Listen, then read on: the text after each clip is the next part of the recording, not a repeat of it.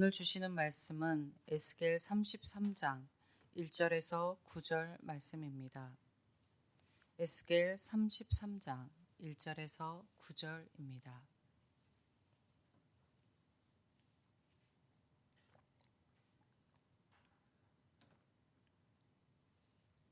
여호와의 말씀이 내게 임하여 이르시되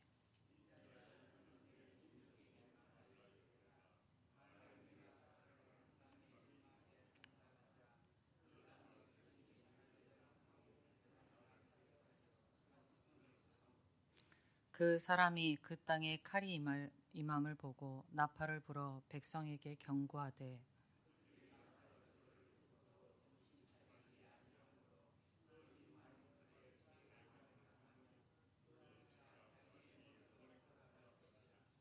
그가 경고를 받았던들 자기 생명을 보전하였을 것이나 나팔 소리를 듣고도 경고를 받지 아니하였으니 그 피가 자기에게로 돌아가리라.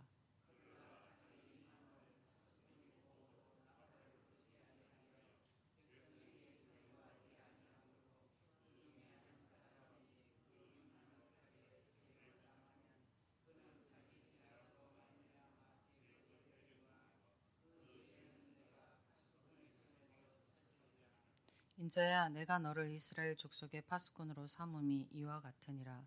그런즉 너는 내 입의 말을 듣고 나를 대신하여 그들에게 경고할지어다.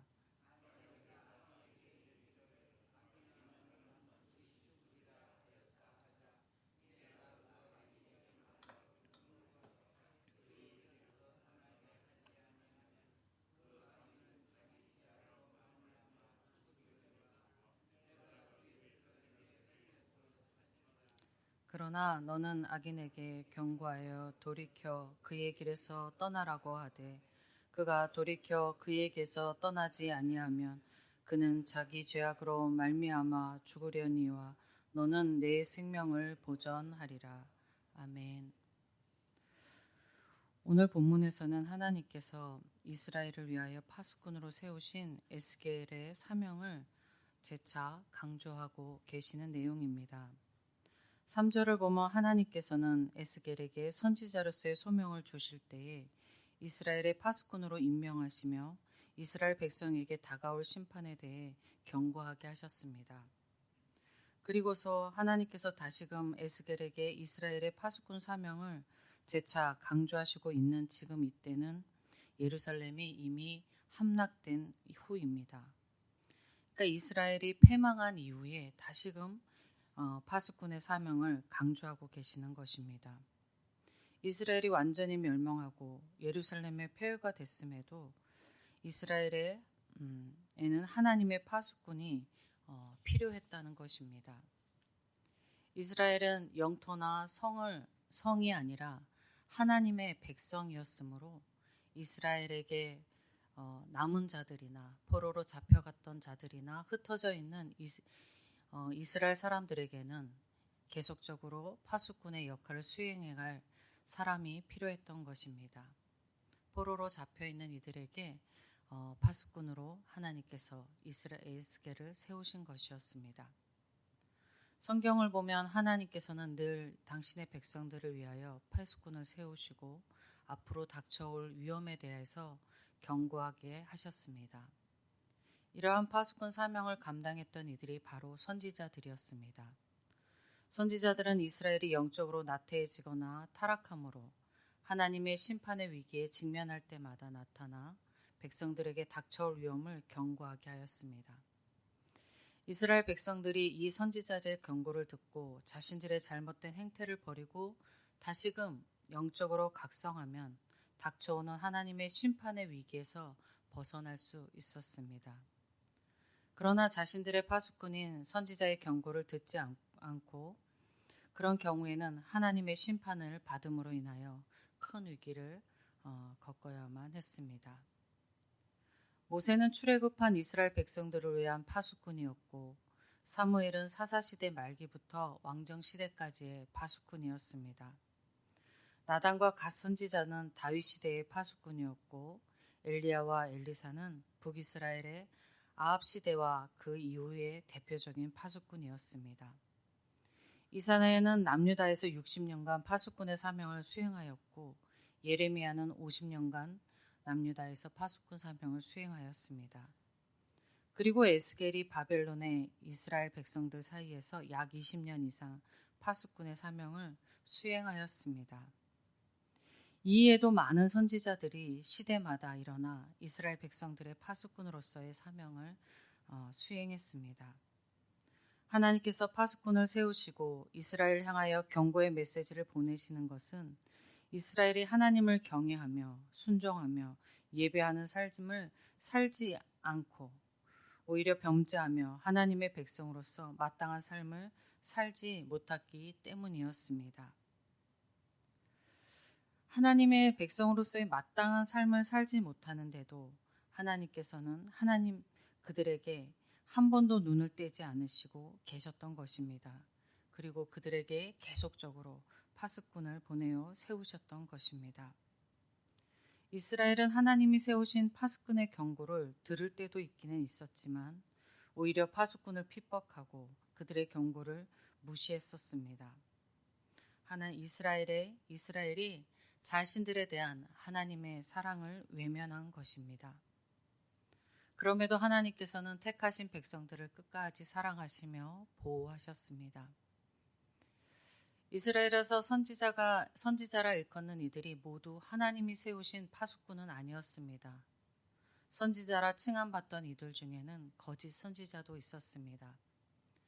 예레미야 당시 거짓 선지자들은 하나님의 심판 경고의 메시지와는 오히려 반대되는 하나님의 회복이라는 거짓 메시지를 전하였고 이스라엘 백성들은 예레미야가 전하는 쓴 심판의 메시지는 거부하고 거짓 선지자들이 전하는 회복이라는 단 메시지를 받아들였습니다.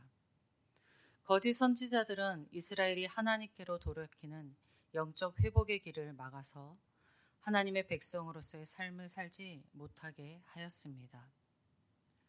오늘날에도 하나님께서 자기 백성을 위하여 파수꾼을 세우시고 계십니다. 오늘날의 파수꾼은 먼저 목회자들일 것입니다. 목회자들은 하나님이 주신 메시지를 받아서 하나님의 백성인 성도들에게 전함으로 성도가 영적으로 바로 서게 해야 합니다. 그렇기 위해서 먼저 목회자들이 영적으로 바로 서야 할 것입니다. 우리 예천교회 목회자들이 영적으로 바로 설 수 있도록 항상 기도해 주시기를 바랍니다. 성경에 거짓 선지자들, 즉 거짓 파수꾼들이 있었던 것처럼 오늘날에도 거짓 파수꾼들이 있을 수 있으며 있는 것이 사실입니다. 거짓 파수꾼들은 성도들이 듣고 싶어하는 단 메시지만을 전함으로 성도들의 영적 각성을 막아 하나님의 백성으로서 합당한 삶을 살지 못하게 합니다.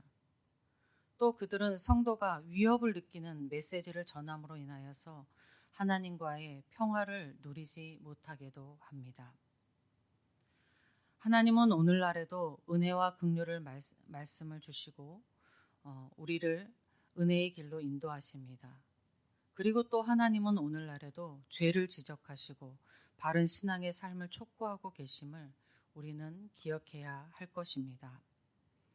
여러분에게 하나님의 은혜와 긍휼의 말씀이 들리기를 축복합니다. 또 여러분에게 죄를 지적하는 하나님의 말씀이 들리기를 축복드립니다. 그러므로 인하여서 여러분의 삶이 하나님의 백성으로서 합당한 삶이 되기를 주님의 이름으로 축복드립니다. 아멘. 아버지 하나님 감사합니다. 우리를 선택하신 우리 하나님의 백성들을 사랑하시기를 끝까지 사랑하셔서 우리가 죄악으로 길을 갈 때에도 끊임없이 우리를 지켜보시며 우리의 곁에 파수꾼을 세워주시니 감사합니다. 파수꾼들 인하여서 주님의 메시지를 듣게 하시고 우리가 영적으로 바로 서서 살아가는가 지켜볼 수 있도록 인도하여 주시니 감사합니다. 주님이 세우신 파수꾼을 통하여서 우리 각자에게 전하시는 하나님의 메시지가 들리게 하여 주시옵소서.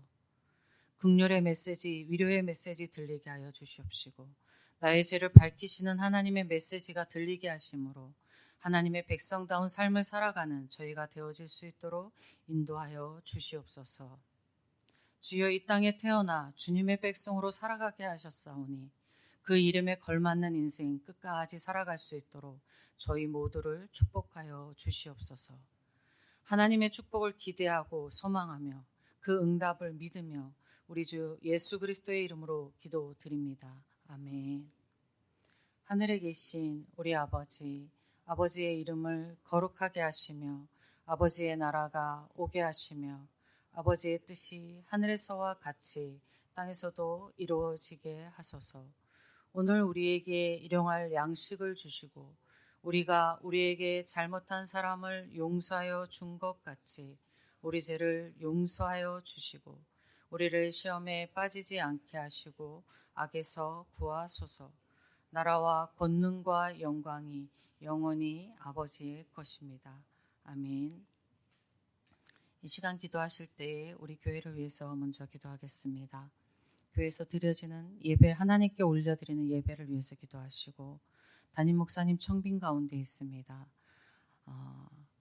우리 신실하신 목사님 오실 수 있도록 기도하겠습니다. 청빙위원회를 위해서 기도하시고 위임 목사님과 사역자들을 위해서 기도하시고 환우들을 위해서 기도하시고 환난의 삶 가운데 하나님을 바라보며 긍휼을 구하는 성도들을 위해서 기도하겠습니다. 예천지역과 나라를 위해서 기도하시고 선교지를 위해서 기도하시고 각자 가지고 나오신 기도 제목 가지고 기도하실 때에 주님의 이름 한번 부르고 함께 기도하겠습니다.